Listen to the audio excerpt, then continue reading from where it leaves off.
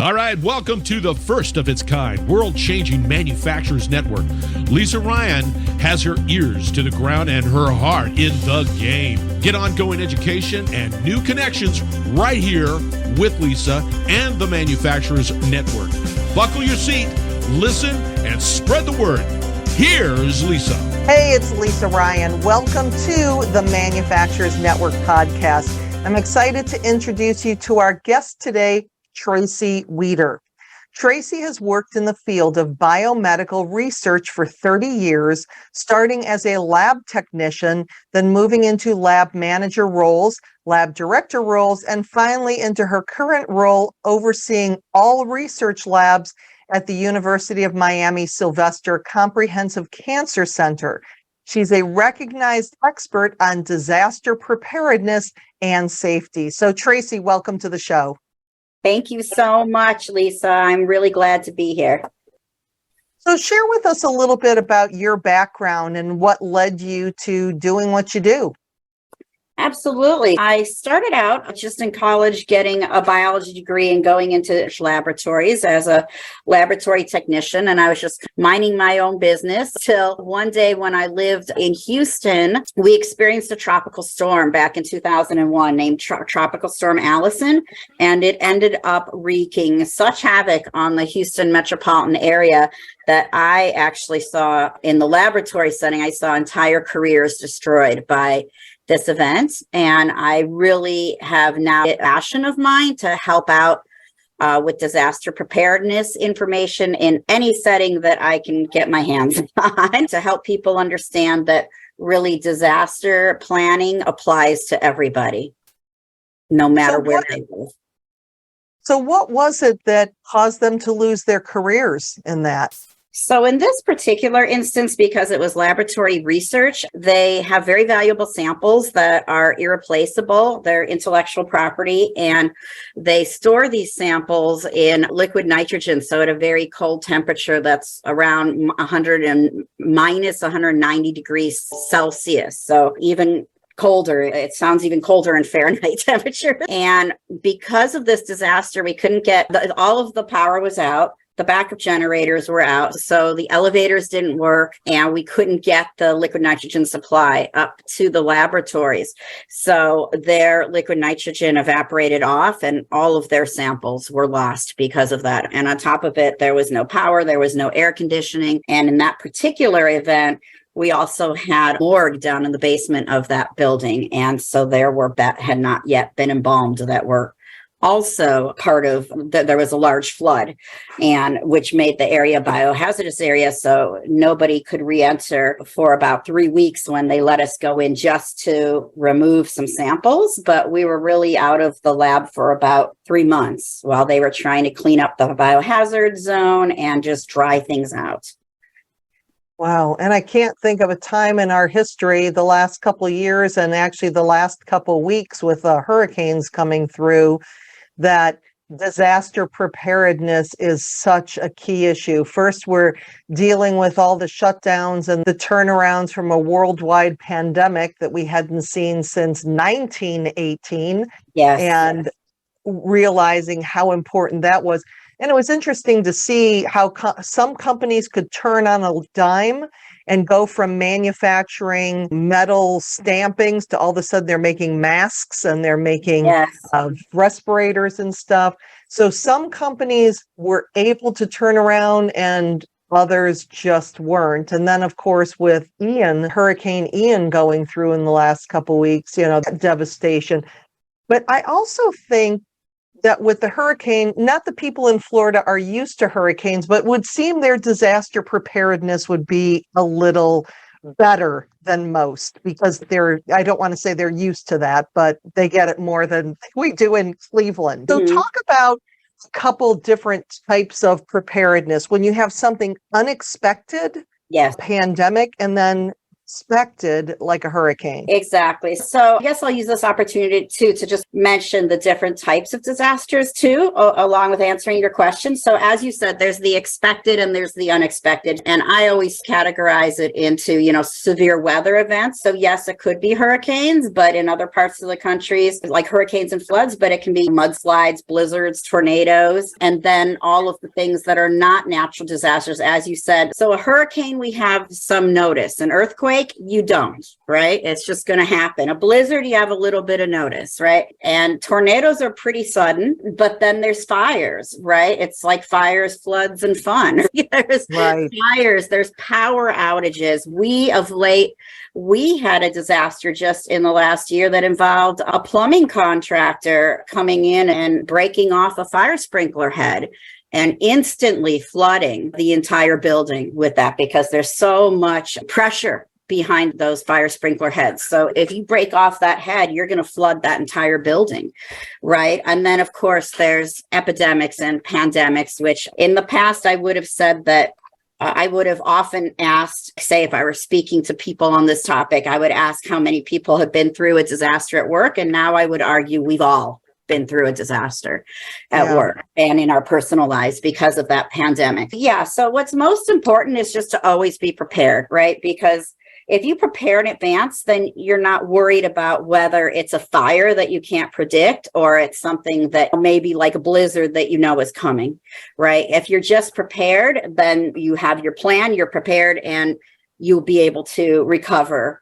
to some extent, as opposed to trying to scramble around last minute. So in that sense, there's not a big difference between whether it's coming and a sudden disaster, because the best way to approach either scenario is to plan in advance.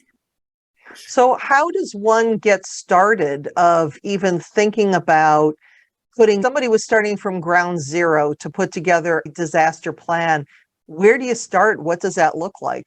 Yeah, I know it can seem a little overwhelming, and in some cases a lot overwhelming, right? So really the first thing that anyone has to do in any setting is determine your vulnerabilities. So in some settings, we might have toxic substances that if they were released into the environment, it could be hazardous to public health. In other settings, we might not have anything toxic, but we might have some very expensive equipment that if it were lost, it would result in significant financial hardship for the company. And then in some cases, we might also have intellectual property, meaning any inventions, anything that's unique to that particular company or organization that they have copyrights on, things like that can't be replaced just by going to a vendor and saying, hey, send me another one. So it's really important for everybody to just sit down and kind of think about what they do on a day-to-day basis and what you would do if your computer, your records, and all of your assets and everything were just gone. And when you think of it that way, I think it's pretty easy to come around to, okay, like I can replace this. I put my data on the cloud, but this certain thing I couldn't replace, or it would be so expensive to replace it. That sort of thing. And then, so it's really about identifying those vulnerabilities first. Once you know those vulnerabilities, then you can work on, okay, what can we do to protect these items? The first things are always going to be taking pictures, because for insurance purposes, you're going to need that documentation. So especially if there's any assets involved, like equipment, you're just going to want to take pictures of all of it. And you don't have to spend a lot of time on that every year. It's just the first time you do it, you get all the pictures. And then whenever you replace equipment or bring in something new, you just take its picture and make sure you just don't store it on a hard drive, right? We want that data to be stored like in the cloud, where if you were to lose this particular computer, you would still have your data. And the same goes for any kind of standard operating procedures, any kind of protocols, any kind of important documentation that your business requires to survive. The data that you need, like your customer database, for instance, right? Anything like that needs to be stored on the cloud where you're sure it will be safe in case any individual computer were ever destroyed. And then from there, there's other things that can be done too, depending on what the vulnerabilities are. But that's really where you start, right? It's really just sitting down and saying, if everything were lost, what would be the most difficult to replace? Can we replace it? And what would it take to replace it? And then going from there. So, and thinking of the going with the cloud too, because I've had experts on the show in cybersecurity, because that could be a disaster too. If somebody comes in, my husband's company was gotten into with ransomware and they were shut down for about 3 weeks. It took them to get their data back. Thankfully, they had some backup, but I think they still lost a week or two worth of data. So is there a happy medium between what you can keep on the cloud and then how do you make sure that you're keeping that data secure? Yeah, so that's a really good point, because you're absolutely right in cybersecurity world that really it's hard to imagine anything safe. But again, anything that's super critical, I also advise people not only keep it on the cloud, but also maybe on a thumb drive. It's just that I don't want people to feel like disaster preparedness is, oh gosh, now like every day I have to be transferring things from here to there. You don't want it to be overwhelming for people. So again, it doesn't have to be like all of your data, but anything that would be really important, it's worthwhile to put it on as some kind of an external drive as another backup source as well. So we've taken a look at the vulnerability standpoint. And then after that, what are some of the important things that, in this case, manufacturers should do to prepare for disasters at their workplace? Yeah, and so this question has actually evolved over time now with after having gone through the pandemic, right? So I used to think a lot more about things that were physical, animals, equipment, vehicles, and these are all still very important, but now we also need to consider our staff, right? And how can we keep continuity of business going, a business continuity plan, right? So for organizations where they can send their staff home to work, even if you've called everybody back at this point, I still think it's very important that we continue to cultivate that as an option when needed. So I really recommend that everybody who can send staff home when needed, that they do work from home drills like twice a year, where you send everybody home. You say, we're going to have a day where we work from home. And what are your problems? Bill couldn't make his printer work. Sonia couldn't make her camera work, right? And you go through all these things because these can change from month to month. Like maybe last time we did the drill, everything worked. Now this time, Tracy can't make anything work at home. So I think that work from home drills are really super important for those sorts of things. Taking the pictures of anything that's a tangible physical asset is really important. I lived through it with that event in Houston, and it is amazing what the insurance companies will say. Like, you can have a room where it's clear that the roof has fallen in, and they'll say, how do we know it didn't look like that before? Wow. So it's important to even take like long shots of the warehouse or whatever your work setting is, in addition to close-up pictures of equipment itself. And it's not that this is going to keep you from losing that equipment, but it's going to make it much easier for you to recover when you're doing insurance claims. Also, as we said, store things on the cloud, have backups on external drives. It's very important to keep updated contact information for all of your teams that you work with, because really at the end of the day, we need to take care of each other and look out for each other. But in addition to saying, hey, maybe I have power at my house, you guys don't have power. Oh, come over here. It's 2 degrees outside. Come to my house. Other than that, it's also the way that you stay in touch about what announcements have been made by your organization about coming to work or not coming to work.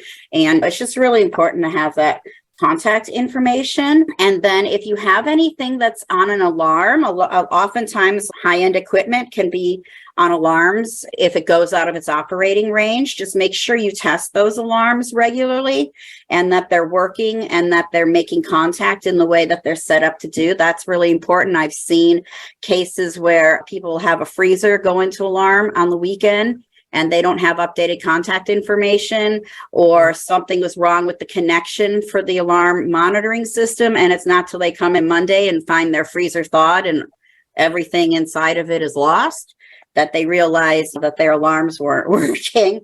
So I think testing those alarms is really super important. And if you do have anything that's intellectual property, that if it's something that it would be possibility to distribute, like with collaborators or other branches of your company, it's a good idea to not have everything all in one place. Whereas if that place were lost, it's all just gone, right? Or maybe you have some in other locations. Again, it's very broad with manufacturing, so it's hard to speak very specifically, right, to any particular environment.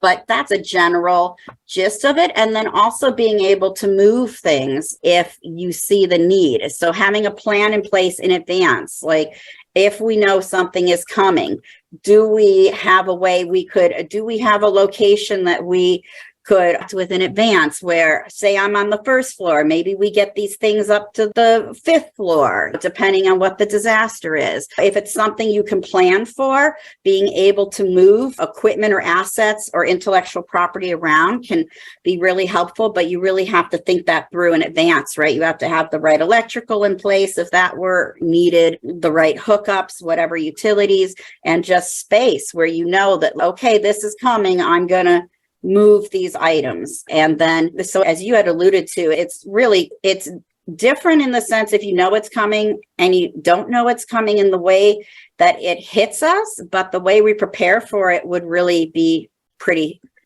much the same, right? Just having a plan in advance and knowing what you're going to do. And one of the things that I never really thought about that before, which was brilliant, is the work from home drill. Something that of sending people home. I know that there's some companies that are all bent on bringing everybody back to the office 24 and bring everybody back, which I also think is a mistake, because I did too. People were perfectly capable of working from home for 2 years and got the work done. Does it matter where they're working? It's nice to get people together and have some core hours or core days. Yeah. But the thought of, just like you have a fire drill, which is always a bummer when it happens in the middle of a training program, of just tomorrow's a work from home day with no notice, except for the night before notice. See what does it work, and if we needed to do that. So I really like that. And then the other thing, when you talk about getting updated contact information, I think that really goes hand in hand with workplace culture.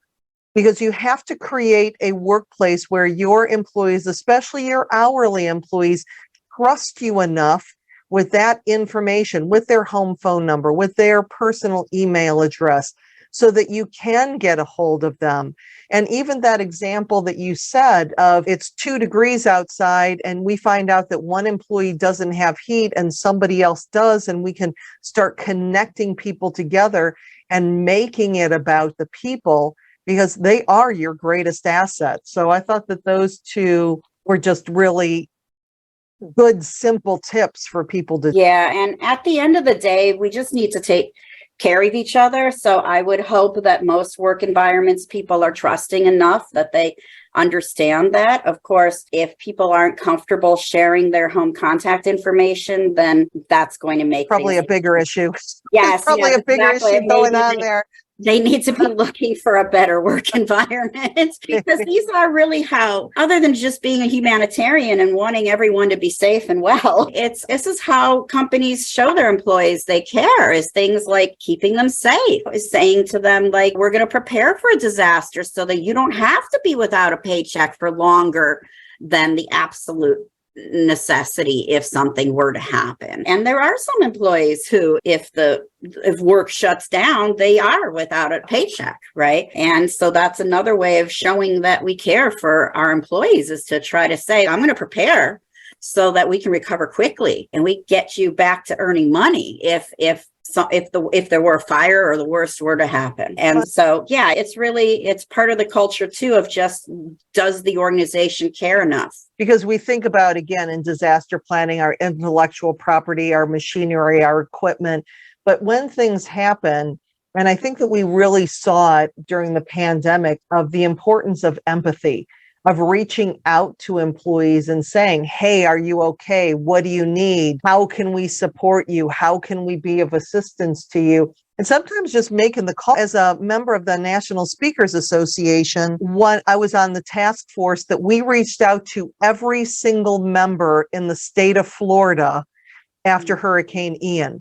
And it was amazing that people, wow, I'm in 4 different associations and nobody else called. And they're in the middle of the state. They're not affected at all, but we don't know if their loved ones are. It's just reaching out to people in times of need and seeing that there are people on that other side of the equation, because really without those assets, there's not a whole lot that you have. And it just means a lot. I'm in Miami, and although at one point it looked like Ian was going to hit us, it turned and it didn't. That's common with hurricanes. We're okay, but our heart is breaking for our neighbors just to our north, right? The pictures are horrible. Some people are saying it's the worst hurricane that's ever hit Florida. So I absolutely agree with you, just showing some empathy and concern. And even if we go back to my example, which you referenced, like how easy is it to say, just open your doors to someone who doesn't have power? And maybe it's 115 degrees outside, maybe it's 2 degrees outside, but I got power, you don't. Like, how hard is it to come over and stay safe? Don't freeze, don't bake. We're in this together. Let's get through it together. And I think it's important to form cultures like that in the workforce so that people do feel that they really are a team and a family. Exactly. And as we start to get to the end of our time together, what is your best tip when it comes to disaster planning, whether you're getting started or just to make sure you have some kind of plan in place?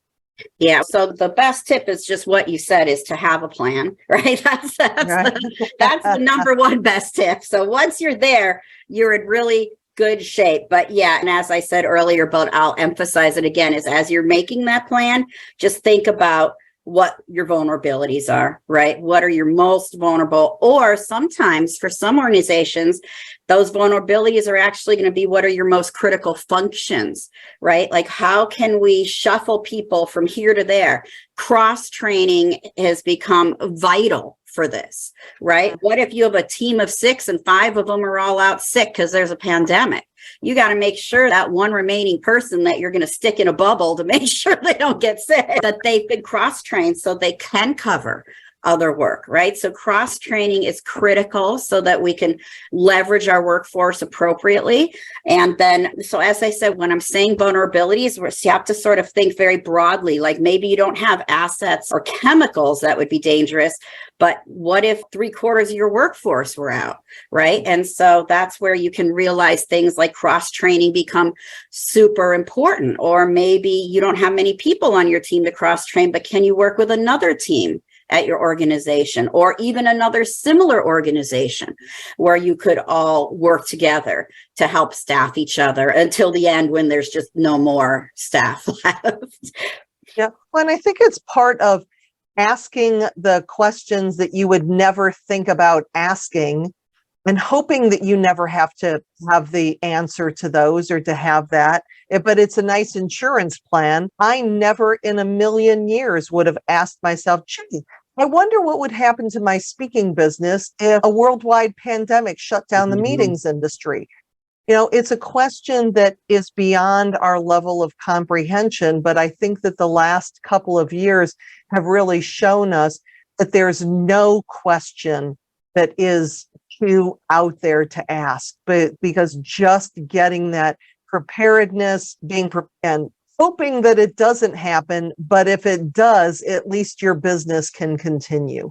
Exactly. And I think it's important for each person at every level to realize that you planning is as important as the higher ups, to not sit around and think, oh, the bosses got it under control, because you know what? The bosses may not have it under control. And so like nobody should be beyond thinking about preparing for disaster in your own work environment. Tracy, if people did want to continue the conversation with you, what's the best way to get a hold of you?